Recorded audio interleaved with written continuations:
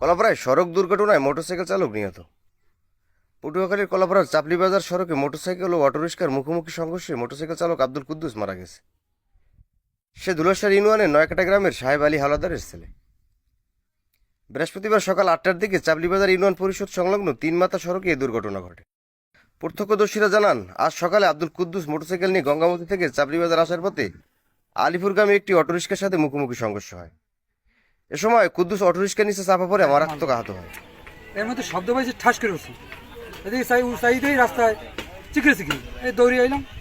আইদিকে auto পড়ে রয়েছে এক সাইডে, আর ওই মোটরসাইকেল পড়ে রয়েছে, আর ওই অটোর নিচ দিয়ে ভাড়াই গেছে, পাকার উপর পড়ে রয়েছে। এই ওরে ধরলাম, ধরে দেখি কিছু কইতে না, খালি মাথা দেখাইছে। ওই আমি ওই জায়গায় নিয়ে ঘরের ভিতরে হয়েছে কি ভাতিজার ভয়ানোর লগে আমি ফোন দিচ্ছি আর বাইরে তাই, আর বাইরের নাম্বার দিয়ে সেই হয় নাই, দৌড়ে ফোন দিচ্ছি আর হুবার কই তাড়াতাড়ি বর্মায়ের কঞ্চন আইতে। বর্মায় আবারই হে দৌড়ে আইছে আবার এই আমরা লইয়া কলাপাড়া গেছি। স্থানীয়রা তাৎক্ষণিক তাকে উদ্ধার করে কলাপাড়া হাসপাতালে ভর্তি করে, কিন্তু তার শরীরের অবস্থার অবনতি ঘটলে উন্নত চিকিৎসার জন্য তাকে বরিশাল শেরেবাংলা মেডিকেল কলেজ হাসপাতালে রেফার করা হয়।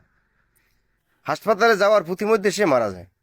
মহিপুর থানার ভারপ্রাপ্ত কর্মকর্তা তরিকুল ইসলাম জানান, সড়ক দুর্ঘটনার ঘটনায় নিহতের পরিবারের পক্ষ থেকে থানায় অভিযোগ দায়ের করা হয়নি। অভিযোগ পেলে আইনি পদক্ষেপ গ্রহণ করা হবে।